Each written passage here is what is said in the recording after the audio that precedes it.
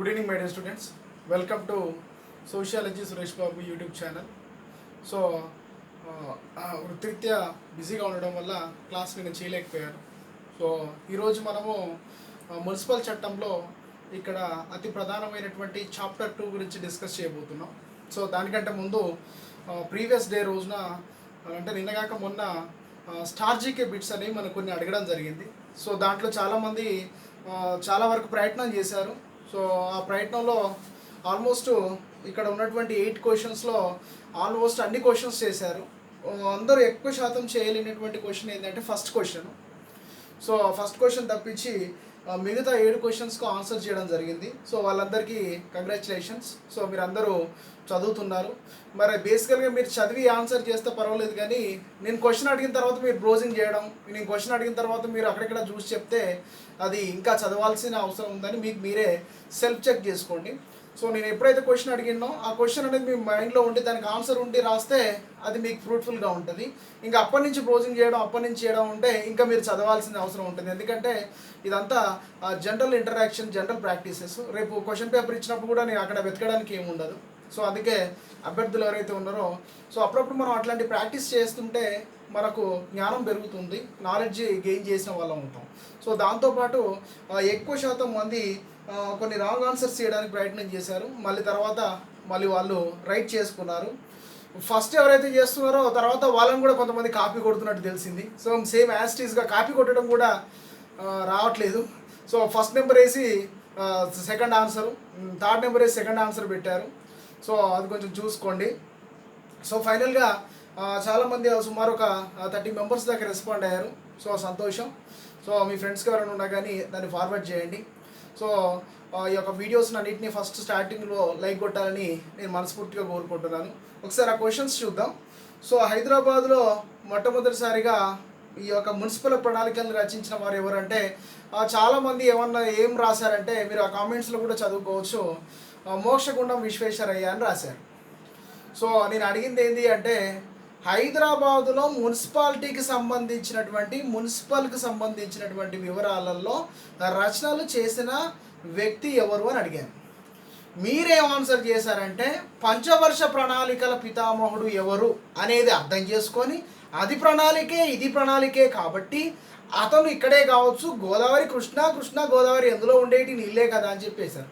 So పంచవర్ష ప్రణాళికల పితామహుడు అంటే Mokshagundam Visvesvaraya Indian planning system అని చెప్పేసి అక్కడ ఆన్సర్ ఉంటుంది. సో దాన్ని తీసుకొచ్చి ఇక్కడ పెట్టొద్దు. ఇక్కడ హైదరాబాద్ సంబంధించినటువంటి మున్సిపల్ ప్రణాళికల్ని మొట్టమొదటిసారిగా చేసిన వారు ఎవరయ్యా అంటే ఎస్కే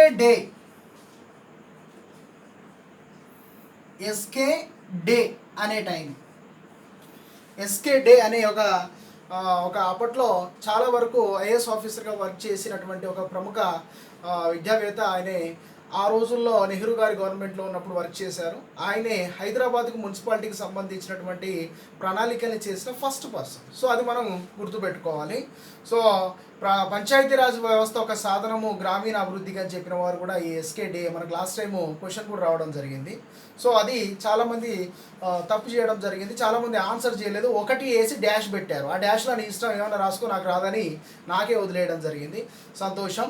సో అది ఫస్ట్ ఆన్సర్ కాబట్టి చాలామంది చేయని వాళ్ళు అక్కడ రాసుకోండి, అంటే మీరు ఓన్ నోట్స్ రాస్తే, లేకపోతే లైక్ తీసుకోండి. నెంబర్ 2, హైదరాబాద్ అర్బన్ డెవలప్మెంట్ అథారిటీని ఏ సంవత్సరంలో ఏర్పాటు చేశారంటే చాలామంది ఆన్సర్ చేశారు 1975లో ఏర్పాటు చేశారు. ఇప్పుడు అది హెచ్ఎండిఏగా కంటిన్యూ అవుతుంది. నెక్స్ట్ థర్డ్ క్వశ్చన్, హైదరాబాద్ కార్పొరేషన్కు ఫస్ట్ మేయర్ ఎవరు మెయిల్లో అని అడిగితే మాడపాటి హనుమంతరావు చాలామంది రైట్ చేశారు. సో అది దానికి right answer Madapati Hanumantharao. Next fourth question, ఇండియాకు ఫస్ట్ ఉమెన్ మేయర్ ఎవరు అని అడిగారు. సో ఇండియాకు ఫస్ట్ ఉమెన్ మేయర్ ఎవరు అంటే తెరిసా కెరీన్ అని చెప్పేసి చాలామంది రాశారు, తారా కెరీన్ అని చెప్పేసి రాశారు. నేను క్వశ్చన్ ఏ విధంగా అడుగుతున్నాను అంటే స్వాతంత్రం వచ్చిన తర్వాత అని అర్థం. సో మీరు ఎప్పటి నుంచి అంటే అప్పుడు లార్డ్ రిప్పన్ కర్జన్ కాంచి అక్కడ ఉన్నటువంటి వాళ్ళలో నెట్లో బ్రోచ్ చేసి ఆ ఆన్సర్ పెట్టి రాశారు. సో క్వశ్చన్ ఏ విధంగా అడిగారంటే భారతదేశానికి స్వాతంత్రం వచ్చిన తర్వాత భారతదేశంలో ఏదైతే ఏర్పాటు చేయబడ్డటువంటి మద్రాస్ కావచ్చు, బొంబే కావచ్చు, వీటిలలో మొట్టమొదటి మహిళా మేయర్ ఎవరు అని దానికి సరైన ఆన్సరు ఇక్కడ ఎవరని పెట్టాలి అంటే Aruna Asaf Ali, Delhi municipal corporation 1958 right answer. Next, Hyderabad first women mayor ఎవరు అంటే చాలామంది ఆన్సర్ చేశారు. హైదరాబాద్కు ఫస్ట్ ఉమెన్ మేయర్గా సరోజిని పుల్లారెడ్డి గారు వర్క్ చేయడం జరిగింది. దానికి అందరూ ఆన్సర్ చేశారు, ధన్యవాదాలు. నెక్స్ట్, భారతదేశంలో అతిపెద్ద మున్సిపల్ కార్పొరేషన్, దీనికి కూడా చాలామంది ఆన్సర్ చేశారు, సంతోషం. అదే Mumbai municipal corporation. So 221 wards కలిగి ఉన్నటువంటి అతిపెద్ద మున్సిపల్ కార్పొరేషన్ ముంబై సంబంధించినటువంటి. బాంబే మున్సిపల్ కార్పొరేషన్ అనేది ఇప్పుడు ముంబై మున్సిపల్ కార్పొరేషన్గా ఉంది. అది కూడా చాలామంది చేయడం జరిగింది. నెక్స్ట్, సైనిక అవసరాల కోసము, పౌర సరఫరాల కోసం ఏర్పాటు చేయబడినటువంటి బోర్డులే కంటోన్మెంట్ బోర్డులు.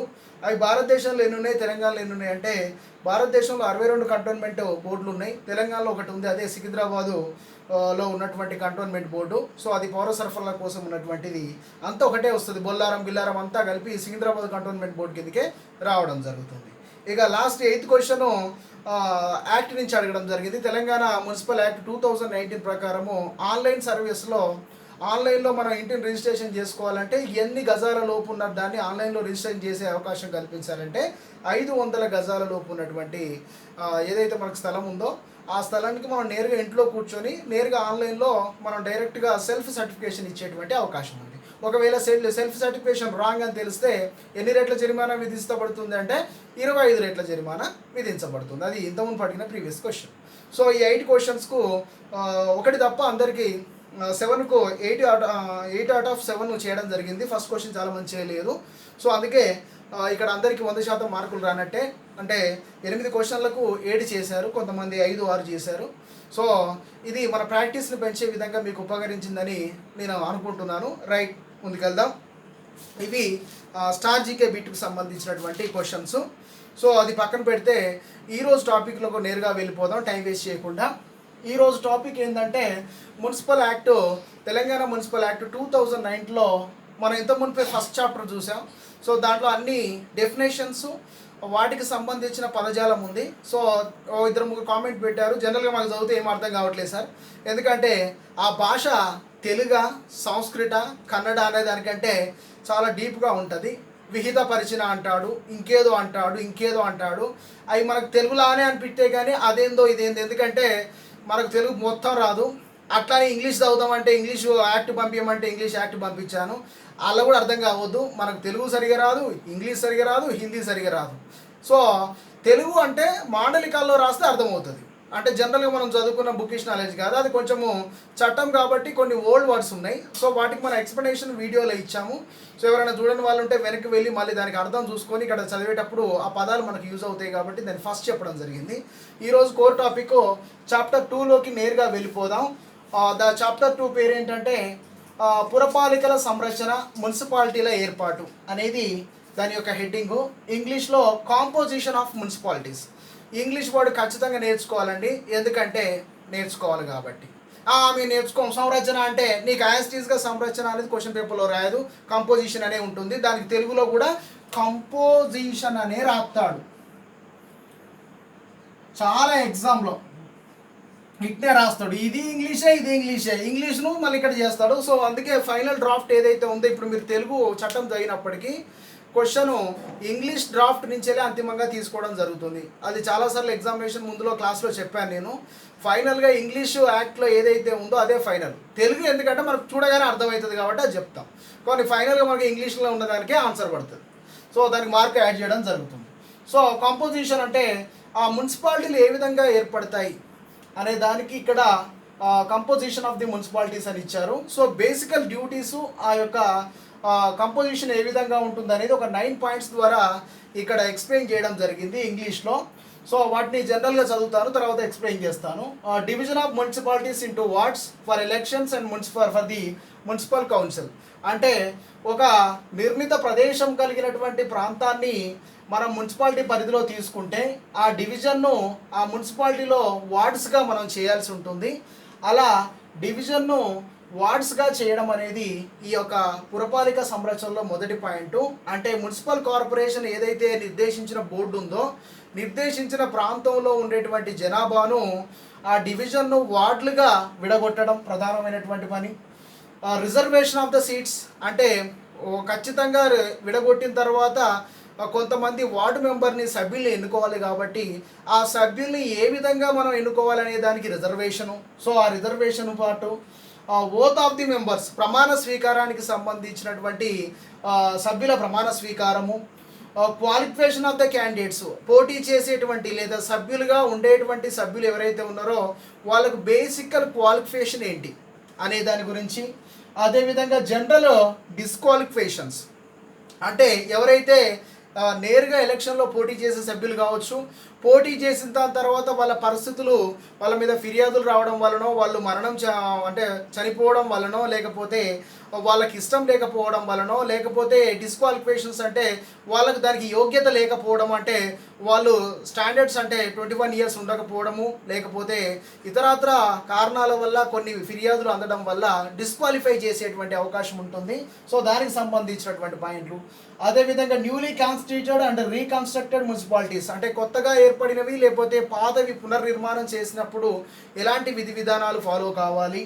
అదేవిధంగా వేకెన్సీస్ ఆఫ్ ది మెంబర్ ఖాళీ అయినటువంటి సభ్యుల గురించి procedure. So when no member is elected అంటే అక్కడ మెంబర్ అనేవాళ్ళు లేనప్పుడు జనరల్గా ఫస్ట్ టైం ఏం చేయాలి, సడన్గా ఒక క్యాండిడేటు మధ్యలో ఆ సభ్యుడు అక్కడ చనిపోతే లేకపోతే సభ్యుడు లేకపోతే అతనికి ఏ ప్రొసీజర్ ఉంటుంది, నెక్స్ట్ వచ్చేటానికి ఏ ప్రొసీజర్ ఉంటుంది, ఫస్ట్ పోయేటైనా రాజీనామా ఎక్కడ ఇవ్వాలి అని చెప్పి సంబంధించిన ఇన్ఫర్మేషన్ ఇక్కడ చదువుతాము. Last appointment of the committees అంటే ప్రతి వార్డుకు నిర్దేశించినటువంటి వార్డు మెంబర్లు సభ్యులు ఎవరైతే ఉన్నారో వార్డు కమిటీని ఎట్లా ఏర్పరచాలనే విషయాలు ప్రధానంగా ఈ చాప్టర్లో మనం డిస్కస్ చేయాలి. దీంతో పాటు వార్డు మెంబర్ విధులు అంటే మనం చెప్పే వార్డు ఆఫీసర్ విధులు బాధ్యతలు, మున్సిపల్ కార్పొరేషన్కి సంబంధించిన కమిషనర్ విధులు బాధ్యతలు అదనంగా జత చేర్చడం జరిగింది. ఆల్మోస్ట్ ఒక 50 పేజీలు ఉంది. సో ఒక్కొక్క పేజీలో ఒక్కొక్క దాని గురించి మనకు డీటెయిల్గా రాసి ఉంది. మీరు చదివారని నేను అనుకుంటున్నాను. చదివినారా? చదివారు. సో ఇక్కడ క్వశ్చన్ అడగొచ్చా? Say yes or no. So question ఏంటంటే ప్రధానంగా తెలంగాణలో ఉన్నటువంటి మున్సిపల్ కార్పొరేషన్లో అతిపెద్ద మున్సిపల్ కార్పొరేషన్ ఏది అంటారు. మున్సిపల్ కార్పొరేషన్లు ఎన్ని ఉన్నాయి, దాంట్లో అతిపెద్ద మున్సిపల్ కార్పొరేషన్ ఏది? First question. సెకండ్ క్వశ్చన్, తెలంగాణలో రెండవ అతిపెద్ద మున్సిపల్ కార్పొరేషన్ ఏది? Second question. లాస్ట్ క్వశ్చన్, తెలంగాణలో అతి చిన్న మున్సిపల్ కార్పొరేషన్ ఏది? ఇవి ఇవాళ క్వశ్చన్స్. సో వీటికి ఆన్సర్స్ చాలా సింపుల్గా చెప్పొచ్చు నోట్ మీద. సో వాటికి కామెంట్స్ రాయండి.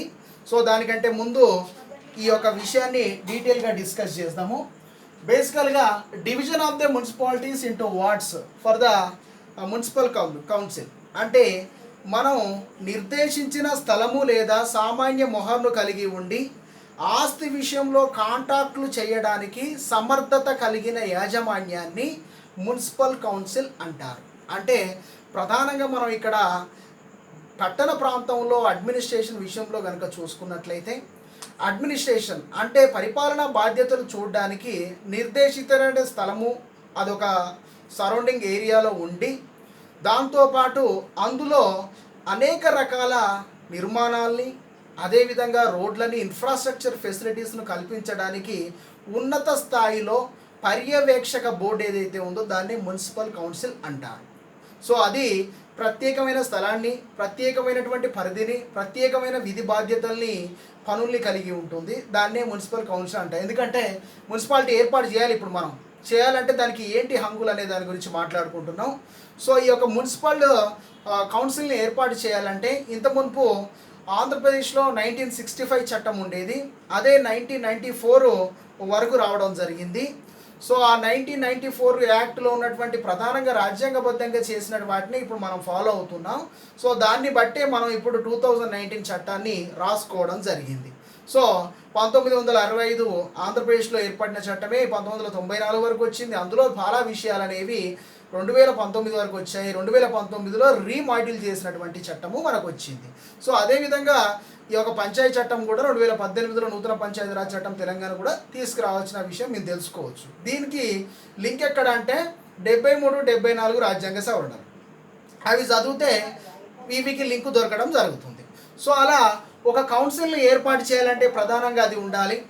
దీంట్లో ప్రధానంగా గుర్తుపెట్టుకోవాల్సింది ఏంటంటే ఒక మున్సిపల్ కౌన్సిల్కు ఏ అధికారాలు ఉంటాయి అంటే డివిజన్లో ప్రధానంగా పురపాలకలను కలపడము, అంటే వేరే ప్రాంతాల్ని ఆ యొక్క సామాన్యంగా ఉండే మున్సిపల్ కౌన్సిల్లో కలిపే అధికారము, పురపాలిక యొక్క పేరు మార్చడము అంటే నేమ్ చేంజ్ చేసుకునే అవకాశము, అదేవిధంగా హద్దులను సవరించడము అంటే పరిధిని ప్రొలాంగ్ చేసుకోవడానికి ఎక్స్టెండ్ చేసుకోవడానికి అధికారం ఉంటుంది, స్థానిక ప్రాంతాల్ని పురపాలికగా ఏర్పాటు చేసే అధికారము, అదేవిధంగా స్థానికల్లో ఉన్న ప్రాంతాల్ని రద్దు చేసి అవకాశము, ఏదైనా పన్ను మినహాయింపులు అట్టి ఫీజుల్ని వెంటనే ట్యాక్సుల్ని వసూలు చేసుకునే అధికారము, అక్కడ కాంట్రాక్టుల ద్వారా నేరుగా పని చేయించే అధికారము అన్నీ కలిగి ఉన్నదే ఈ యొక్క మున్సిపల్ కౌన్సిల్. అంటే ప్రాధికార సంస్థ అని అక్కడ మనకు చట్టంలో ఉంది.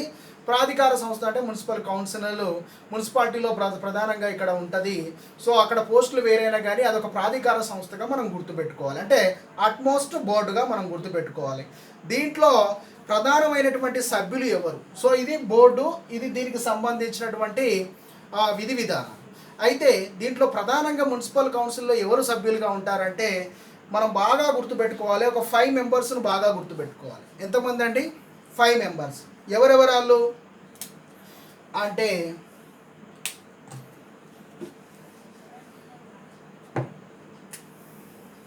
(171(3) సబ్సెక్షన్ ఏ, 171(3)(b), 171(3)(c). సో ఇట్లా ఒకరినొకరిని గుర్తుపెట్టుకోవాల్సిన అవసరం ఉంది. అంటే ఏం సార్ ఇవన్నీ అంటే చెప్తా. 171(d), 171(e) ఇవి గుర్తుపెట్టుకోవాలి. రాజ్యాంగబద్ధంగా ఇచ్చినటువంటి సెక్షన్ల ప్రకారము 171 సెక్షన్ 3 సబ్సెక్షన్ ఏ ఏం ఎక్స్ప్లెయిన్ చేస్తుంది అనే ప్రశ్న వేసుకుంటే స్థానిక ఓటర్ల చేత నియమించబడ్డ సభ్యుడు, స్థానిక ఓటర్ల చేత ఎన్నికైన మెంబరు ఒకటి గుర్తుపెట్టుకోవాలి. నెక్స్ట్ పట్టభద్రుల చేత, పట్టభద్రుల చేత ఎన్నికైన మెంబరు 171(b), 171(3) సబ్సెక్షన్ 3 ఉపాధ్యాయుల చేత ఎన్నికైన సభ్యులు, 171(d) శాసన మండలి సభ్యుల చేత, శాసన మండలి చేత, లాస్ట్ వన్ గవర్నర్ చేత. సో దీంట్లో ఎవరు సభ్యులు అంటే ఈ 5 మెంబర్స్ ఖచ్చితంగా సభ్యులుగా ఉండే అవకాశం ఉంది. సో వీళ్ళంతా ఎవరు సార్ అంటే గట్టిగా పరిశీలిస్తే నీకు తెలుస్తుంది. గట్టిగా పరిశీలిస్తే ఎమ్మెల్యే ఎక్కడి నుంచి వస్తాడు, ఎంపీ ఎక్కడి నుంచి వస్తాడు, ఎమ్మెల్సీ అంటే ఎవరు, నామమాత్రంగా ఎవరు నియమిస్తారు, జనరల్గా ఎవరు నియమిస్తారు అనేది మీకు తెలుసు. అవే ఇక్కడ సెక్షన్లు పదాల రూపంలో ఉంది. సో స్థానిక ఓటర్ల చేత ఎవరు నియమించబడతారు, పట్టభద్రులు అంటే డిగ్రీ గ్రాడ్యుయేట్స్, ఉపాధ్యాయులు ఎవరిని నియమిస్తారు, శాసన మండలి ఎవరిని నియమిస్తుంది, గవర్నరు ఎవరు నియమిస్తారు అనేది బేసికల్గా మనకు తెలుసు. ఎమ్మెల్యే, ఎమ్మెల్సీ, అదేవిధంగా ఒక పరిజ్ఞానం ఉన్నటువంటి ఎమ్మెల్సీ మెంబరు, అదేవిధంగా ఒక ఎంపీ, నామమాత్రంగా చేసినటువంటి గవర్నర్ చేత సభ్యులు. సో వీళ్ళంతా మున్సిపాలిటీలో ప్రధానంగా ఉండేటువంటి సభ్యులు. సో వీళ్ళందరూ రకరకాల ఎన్నికల ద్వారా MLA elections, MP elections, MLC elections, nominated members, ఇలా అనేక రకాలుగా వచ్చినటువంటి వాళ్ళు ఈ మున్సిపాలిటీలో ప్రధాన సభ్యులుగా ఉంటారు. వారి యొక్క విధి విధానాలు, వారి యొక్క మొత్తం అనేది మనకు పాలిటీలో చాలా క్లియర్గా చదువుతాం. సో వాళ్ళందరూ ఇక్కడ మన మున్సిపల్ కౌన్సిల్లో ప్రధాన సభ్యులుగా కొనసాగుతారు అనేది గుర్తుపెట్టుకోవాలి. వీళ్ళే కాకుండా అంటే నాట్ ఓన్లీ దీస్ పర్సన్స్, మరి ఇంకా ఎవరు ఉంటారు అంటే వీళ్ళే కాకుండా మున్సిపాలిటీ చేత అనేక సంవత్సరాలు పనిచేసిన ప్రత్యేక పరిజ్ఞానం ఉన్న వ్యక్తులు, అనుభవం ఉన్న వ్యక్తి, అంటే మున్సిపాలిటీ మీద ప్రత్యేక పరిజ్ఞానము అనుభవం ఉన్నటువంటి వ్యక్తి, అదేవిధంగా దాంట్లో అనేక రకాలుగా అనేక సంవత్సరాలుగా పనిచేస్తున్న వ్యక్తులు ఎవరైతే ఉన్నారో వాళ్ళు ప్రధాన సభ్యులుగా చేర్చబడతారు.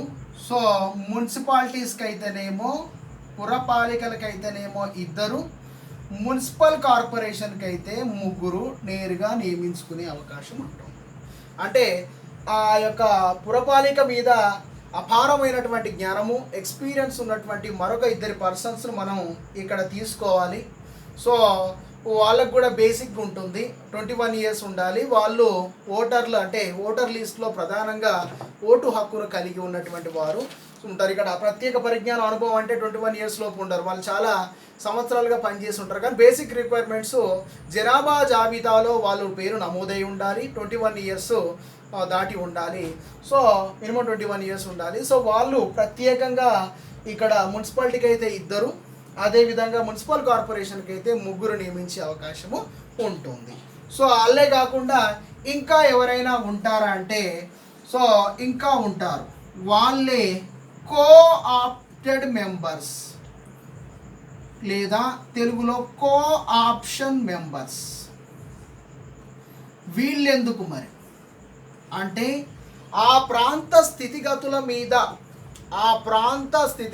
మీద అనుభవం ఉన్నవారు, స్థానికులు, ఎక్కువ మొత్తంలో పార్టీ క్యాడర్ కలిగి ఉన్నవారు, అభివృద్ధి చేయాలనుకునే ఎవరైనా కానీ కోఆప్షన్ మెంబర్స్గా ఇక్కడ రావడానికి ఆస్కారం ఉంది.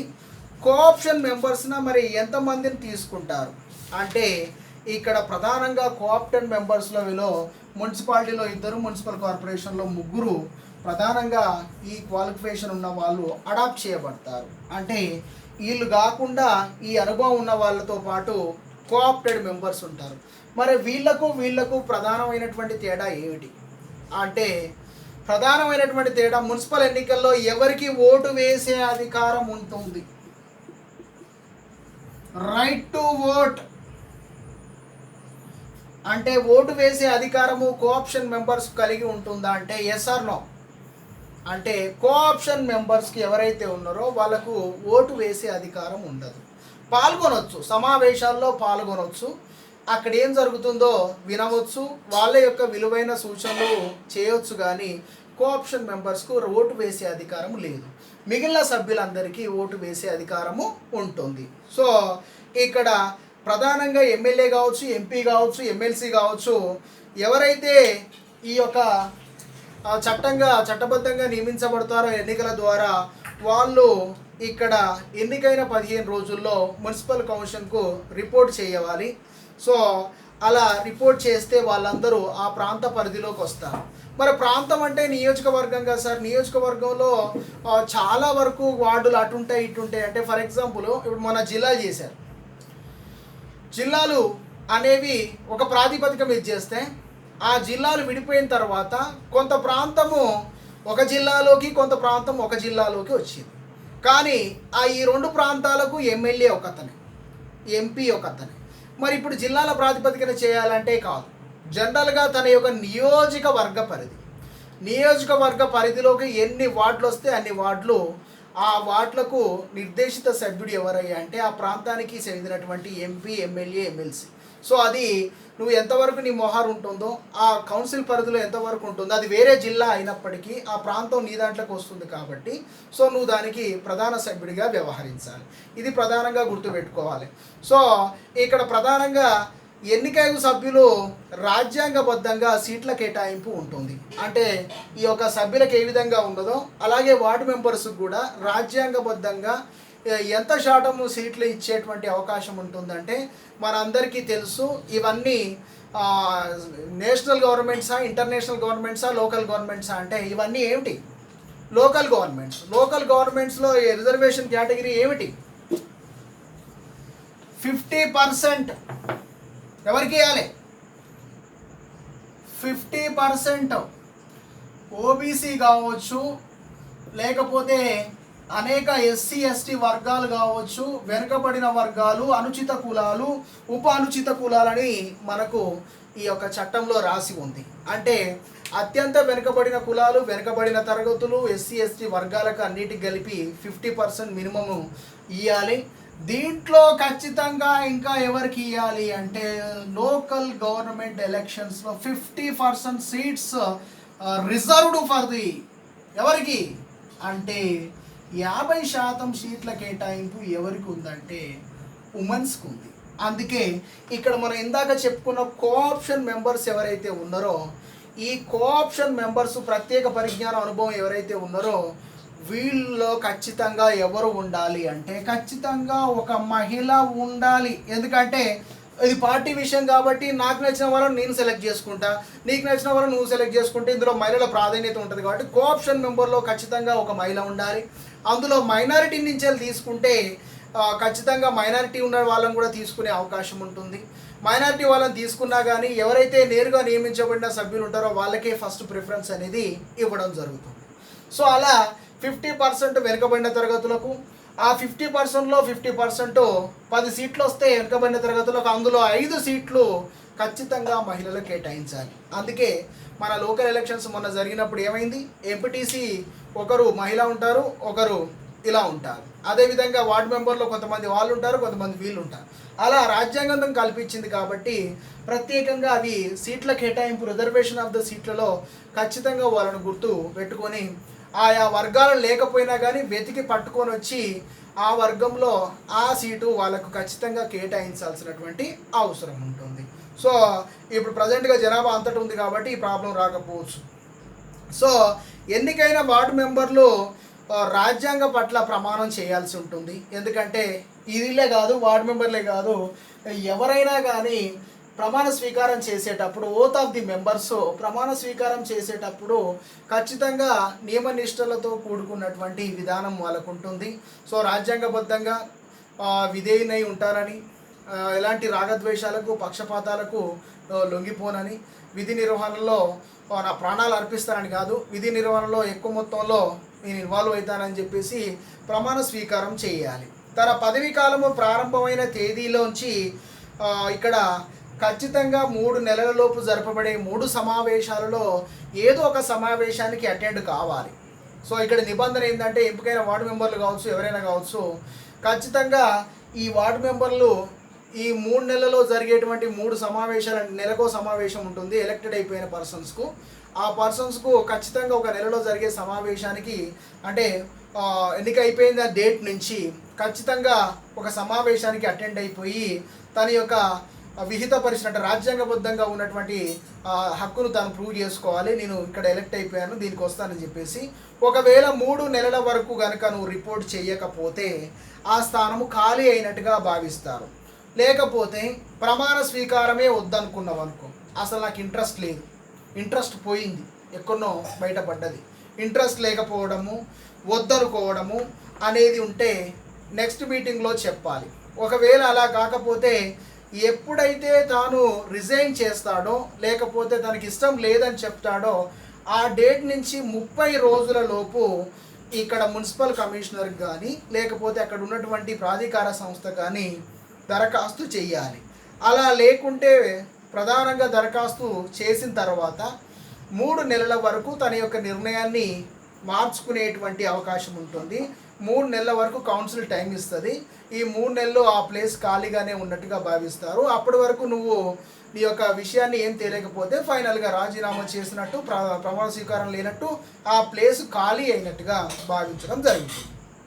సో ఎప్పుడైతే ఇక్కడ వార్డ్ మెంబర్స్ ఖచ్చితంగా ఇక్కడ ఎన్నికవుతారో వాళ్ళ యొక్క పదవీ కాలం ఎన్ని సంవత్సరాలు ఉంటుందండి అంటే ఖచ్చితంగా 5 years ఉంటుంది. యాస్టీస్ ఎంపీ ఎమ్మెల్యే లాగా యాస్టీస్గా ఉంటుంది. సో కంటెంపరీ సిచ్యువేషన్, ఇప్పుడు దుబ్బాకలో ఎలక్షన్ జరగబోతుంది, ఉప ఎన్నిక. అక్కడ ఉన్నటువంటి ఎమ్మెల్యే హఠాత్ మరణం చెందడంతో చేయాలి. బేసికల్గా క్వశ్చన్ ఏమిటి అంటే ఎమ్మెల్యే ఎంపీ గారి మరణిస్తే ఎన్ని నెలల లోపు మనం ఎలక్షన్ నిర్వహించాలి అంటే ఎలక్షన్ సంఘానికి 15 రోజుల్లో చెప్తే ఆ ఎలక్షన్ సమయం ఎన్ని నెలల్లో అంటే 6 నెలల్లో చేయాలి. ఒకవేళ కాలావధి 5 years కంటే 6 months ముందు ఇది జరిగిందనుకో ఎన్నికలు నిర్వహించే అవకాశం ఉందంటే లేదు. సో అది ఎమ్మెల్యేకైనా ఎంపీకైనా వార్డు మెంబర్కైనా అన్నీ అంతే. ఇంకో 6 నెలల్లో జనరల్ ఎలక్షన్స్ రాబోతున్నాయి. మళ్ళీ ఈ ఉప ఎన్నిక చేస్తారంటే చెయ్యరు. ఎందుకంటే అయ్యే ఉన్నాయి కాబట్టి కంటిన్యూ అయిపోతుంది, ఆ ప్లేస్ ఖాళీగానే ఉంటుంది. ఆ విధులన్నింటినీ ఆ సంస్థ ఆ శాఖకు సంబంధించినటువంటి కమిషనరు అక్కడ నిర్వహించే అవకాశం ఉంటుంది. సో అలా మామూలు ఖాళీలను ఏవైతే ఉన్నాయో ఈ వార్డు ఖాళీలని ఖచ్చితంగా ఇక్కడ ఏం చేయాలి అంటే కమిషనరు 3 నెలల్లోపు ఖచ్చితంగా వాటిని ఫిలప్ చేయడానికి ప్రాసెస్ స్టార్ట్ చేయాలి. సో ఎవరైతే మెంబర్స్గా పోటీ చేయాలనుకున్నారో వార్డు మెంబర్స్గా వాళ్ళ సభ్యులు ఎవరైతే ఉన్నారో వాళ్ళంతా ఇక్కడ 21 ఇయర్స్ ఉండాలి, ఓటర్ల జాబితాలో ఖచ్చితంగా వాళ్ళ పేరు నమోదు చేసుకొని ఉండాలి అనేవి బేసికల్గా ఉంటాయి. ఒకవేళ ఎన్నికైనటువంటి అభ్యర్థుడు ఇన్ఎలిజిబిలిటీ అంటే అతనికి జనరల్గా క్వాలిఫికేషన్ లేదు, అంటే అతను చాలా ఎక్కువ ఫిర్యాదులు ఉన్నాయి, కంప్లైంట్స్ ఉన్నాయి అని తేలితే ఆ కంప్లైంట్ ఉన్నటువంటి వ్యక్తి వెంటనే ఫిర్యాదులు అందితే అతను వెంటనే కమిషనర్కు రిపోర్ట్ చేయాలి. దాంతోపాటు కోర్టు నుంచి స్టే తెచ్చుకున్నాడు కాదు, 30 రోజుల్లో ఖచ్చితంగా అతను కోర్టుకు అప్పీల్ చేసుకుంటే కోర్టు 3 నెలల తర్వాత ఆ అప్పీల్ను ఖచ్చితంగా పరిశీలిస్తుంది. అప్పటి వరకు సభ్యుడే అతని పొజిషన్లో కంటిన్యూ అవుతాడు.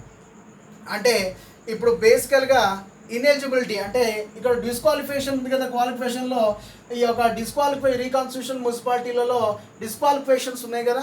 ఈ డిస్క్వాలిఫికేషన్లో ఏంటి అంటే నీ మీద అనేక రకాల ఆరోపణలు వచ్చినాయి, నువ్వు ఇక్కడ ఇది చేసినావు, అక్కడ భూ కబ్జాలు చేసినావు, అనేక ఆరోపణలు వస్తే ఆ ఫిర్యాదులు కనుక వస్తే నువ్వు వెంటనే కమిషనర్ రిపోర్ట్ చేయాల్సినటువంటి అవసరం ఉంది. అది 30 డేస్లో నువ్వు వెంటనే ఆ ఫిర్యాదు మీద నువ్వు వెంటనే రిటర్న్ ఎక్స్ప్లెనేషన్ ఇవ్వాలి. అదేవిధంగా అక్కడ డిస్ట్రిక్ట్ కోర్టు ఏదైతే ఉందో ఆ సంబంధించిన జిల్లా కోర్టులో దానికి సంబంధించిన వాయిద్యం అనేది అప్పీల్ చేసుకోవాలి. అది 3 నెలల వరకు టైం తీసుకుంటుంది, అప్పటి వరకు నువ్వే కంటిన్యూ అవుతావు. సో అది 3 నెలల వరకు పొడిగించిన తర్వాత ఫైనల్గా ఇచ్చేటువంటి డెసిషన్ బట్టి నువ్వు కంటిన్యూ కావాలా లేదా అనేది కోర్టు డిసైడ్ చేస్తుంది. సో వీటన్నిటి విషయాల్లో జనరల్గా గుర్తుపెట్టుకోవాల్సింది ఏంటంటే ఏదైనా ప్రాబ్లం వచ్చినప్పుడు ఇంత ముందు చట్టంలో ఫర్ ఎగ్జాంపుల్ ఒక సర్పంచ్ కావచ్చు, ఒక మెంబర్ కావచ్చు, ఒక వార్డ్ మెంబర్ కావచ్చు, అతని మీద అలిగేషన్స్ వచ్చి అతను రాజీనామా చేయాలి అనేది లోపే అతను ఏం చేస్తాడంటే లోకల్గా ఉన్నటువంటి వ్యక్తి మంత్రిని ఆశ్రయిస్తాడు. ఆ మంత్రిని ఏం చేస్తాడంటే మంత్రికి పవర్ ఉంటుంది కాబట్టి ఇంతకుముందు చట్టం ప్రకారం వెంటనే కోర్టు నుంచి స్టే ఆర్డర్ అప్పీల్ చేస్తారు, వెంటనే స్టే చేసుకొస్తారు.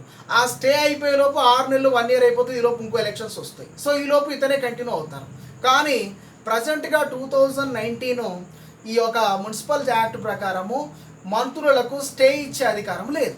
ఇది చాలా ఇంపార్టెంట్ పాయింట్, బాగా గుర్తుపెట్టుకోవాలి. 2019 ప్రకారము స్టే ఇచ్చే అధికారము మంత్రులకు కానీ లేకపోతే ఇతరత్ర సంబంధిత శాఖ అధికారులకు కానీ లేదు. నేరుగా నువ్వు కోర్టుకు వెళ్ళిపోతే కోర్టే నీకు పరిగణలోకి తీసుకుంటుంది. సో అది డెసిషన్ ఇన్ఎలిజిబుల్ అంటే నువ్వు ఖచ్చితంగా పక్కకు తప్పుకోవాలి. ఎందుకంటే ఇలా చాలా జరుగుతున్నాయి. అంటే ఈ యొక్క కరప్షన్ పెరిగి ఇక్కడ ఎక్కువ మొత్తంలో ప్రాధికార సంస్థకు లేకపోవడం, ఒక అటెండర్ను కూడా శాసించలేకపోవడం అనే వ్యవస్థలు నడుస్తున్నాయి. ఫర్ ఎగ్జాంపుల్ హెచ్ఎండిలోకి పోతే సో అక్కడ కమిషనర్ కంటే అక్కడ పనిచేసే అటెండర్కే వాల్యూ ఎక్కువ. ఎందుకంటే కమిషనర్లు వస్తారు పోతారు, కాకపోతే అటెండర్ పర్మనెంట్ కాబట్టి వాడికి ఇంత ఇస్తేనే పని జరుగుతుంది. సో ఇలాంటి వ్యవస్థలలో మనకు ఒక జనన మరణాల సర్టిఫికేట్ కావాలన్నా లేకపోతే ఇతరత్ర మున్సిపాలిటీ నుంచి ఏదైనా పని కావాలన్నా కానీ ఒక అజమాయిషి అనేది లేకపోవడం, సో ఏదైనా ఫిర్యాదు చేస్తే దాన్ని పట్టించుకోకపోవడం, దానికి సంబంధించిన ఛానల్ వాడు వెతుక్కోవడం, వెంటనే స్టే తీసుకోవడం, ఇది ఆనవాయితీగా ఉంది. కాబట్టి దాన్ని జనరల్గా అలాంటి చట్టంలో ఇలాంటి కొత్తగా చేయడం జరిగింది. దాంతోపాటు ఫస్ట్ టైం ఎవరైనా సభ్యులు ఎన్నికైతే ఆ సభ్యుల్లో ఖచ్చితంగా మనకు తెలుసు మున్సిపాలిటీకి చైర్మన్, వైస్ చైర్మన్, మున్సిపల్ కార్పొరేషన్కు మేయరు, ఇక్కడ ఉప మేయర్ అనే వాళ్ళు ఎన్నికవుతారు. ఫస్ట్ టైం ఎన్నికేటప్పుడు ఏంటి అంటే ఒక స్పెషల్ ఆఫీసర్ నియమిస్తారు. ఎందుకంటే రాజ్యాంగ పరిషత్ ఏర్పడడానికి సచ్చిదానంద సింహ అనేట ఆయనను నియమించినట్టు మీరు అక్కడ చదివితే ఇది అక్కడ కనెక్ట్ అవుతుంది. సో ఇక్కడ కూడా ఏంటంటే ఫస్ట్ టైం మున్సిపాలిటీ ఎన్నికలు అవుతుంది. అంటే ఫస్ట్ టైం ఎందుకు అవుతుంది అంటే మొన్న పాతవి కాకుండా కొత్త 7 వచ్చినాయి. సో ఫస్ట్ టైం చేసేటప్పుడు ఏంటి అంటే ఆ మున్సిపల్ పరిధిలో ఉన్నటువంటి చైర్మన్, వైస్ చైర్మన్ వచ్చేంత వరకు ప్రభుత్వం ఒక స్పెషల్ ఆఫీసర్ని వేసి ఎలక్షన్ కమిషన్ చేత ఇక్కడ ముందు ఫార్వర్డ్ చేస్తుంది. సో వాళ్ళందరూ నియామకం అయ్యేటప్పుడు ఆ స్పెషల్ ఆఫీసరే ప్రధానంగా విధి నిర్వహణ చేస్తాడు. ఎలక్షన్ కమిషన్ ఎన్నికలు 6 నెలల్లో నిర్వహిస్తుంది. ఆ 6 నెలలు నిర్వహించిన తర్వాత సభ్యులు ఎన్నికైన తర్వాత దాంట్లో చైర్మన్, వైస్ చైర్మన్, అదేవిధంగా మేయరు, డిప్యూటీ మేయర్ అని అవుతారు. ఒకవేళ ఎన్నికైన సభ్యుడు చనిపోతే, రాజీనామా చేస్తే, అతను అనర్హతను కోల్పోతే కమిషనర్కు ఎన్ని రోజుల లోపు మనం కమిషనర్కు ఎన్ని రోజులలోపు ఎలక్షన్ కమిషన్కు నివేదిక సమర్పించాలి అంటే 15 రోజుల్లోపు నివేదిక సమర్పించాలి. ఇందులో ఏదైనా సభ్యుడు చనిపోవడము, రిజైన్ చేయడము, లేకపోతే ఇతరత్ర కారణాల చేత ఫిర్యాదులు అందడం అయితే అతని ఎన్నికను నిర్వహించమని, పరిశీలించమని ఆ సంబంధిత మున్సిపల్ కార్పొరేషన్ కమిషనర్ ఎవరైతే ఉన్నారో అతను 15 days లోపు అతను ఆ యొక్క విషయాన్ని ఎలక్షన్ కమిషన్కి చేస్తే ఎలక్షన్ కమిషను ఆ యొక్క విషయం పట్ల 4 నెలల్లోపు స్పందిస్తుంది. 4 నెలల్లోపు రీ ఎలక్షన్ కండక్ట్ చేస్తుంది. ఒకవేళ బై ఎలక్షన్ అనుకోండి, అంటే సాధారణ ఎలక్షన్ కాదు, జనరల్ ఎలక్షన్ అయినప్పుడు ఎన్నికల సభ్యుడు వెంటనే పదవులు ఎవరైతే ఉప ఎన్నికల ద్వారా ఎన్నికైనటువంటి వారు ఆ చనిపోయినటువంటి వ్యక్తి ప్లేస్లో చేస్తారు. ఆ చనిపోయినటువంటి వ్యక్తికి ఎంతైతే కాల వ్యవధి ఉంటుందో 5 years, ఫర్ ఎగ్జాంపుల్ ఇక్కడ దుబాకలో చనిపోయాడు ఆయన ప్లేస్లో ఎన్నికైన నెక్స్ట్ వ్యక్తి మళ్ళీ ఎప్పటి వరకు పనిచేస్తాడు అంటే మళ్ళీ ఈ 5 years టైం అయిపోయేంత వరకు ఆ విధి నిర్వహణ బై ఎలక్షన్ ద్వారా వచ్చినటువంటి క్యాండిడేట్స్ చేసినట్టు ఇక్కడ కూడా సభ్యులు అలానే చేయాల్సినటువంటి అవసరం ఉంటుంది. సో ఇలా బేసిక్ పాయింట్స్ అంటే ఇక్కడ క్వాలిఫికేషన్ కావచ్చు, ఇక్కడ కావచ్చు. సో ఈ విషయాల పట్ల ఎక్కువ మొత్తంలో ఇక్కడ general disqualifications, newly constituted municipalities అనేవి ఉన్నాయి. ఇక వేకెన్సీస్ ఆఫ్ మెంబర్స్ లేనప్పుడు అపాయింట్మెంట్ ఆఫ్ ద కమిటీస్ అనేవి ప్రధానంగా మనకి ఇక్కడ డిస్కషన్లోకి రావాల్సినటువంటి points. So appointment of committees అనేవి వార్డులో ప్రధానంగా మనం డిస్కస్ చేసుకుంటాం. సో వార్డులో ఎవరెవరు ఉండాలి ఏందనేది, సో వార్డుకు సంబంధించినటువంటి విషయాలు, సో మిగతా విషయాలు అనేవి మనం నెక్స్ట్ క్లాస్లో డీటెయిల్గా నేర్చుకోవడానికి ప్రయత్నం చేద్దాం.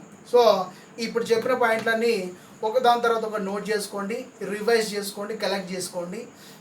అదేవిధంగా నేను మధ్యలో అడిగిన ప్రశ్నలకు కామెంట్స్ తెలియజేయండి. ఇంకేమైనా డౌట్స్ ఉన్నా కానీ కామెంట్ రూపంలో తెలియజేయండి. So right, this is class today. Thank you for giving opportunity.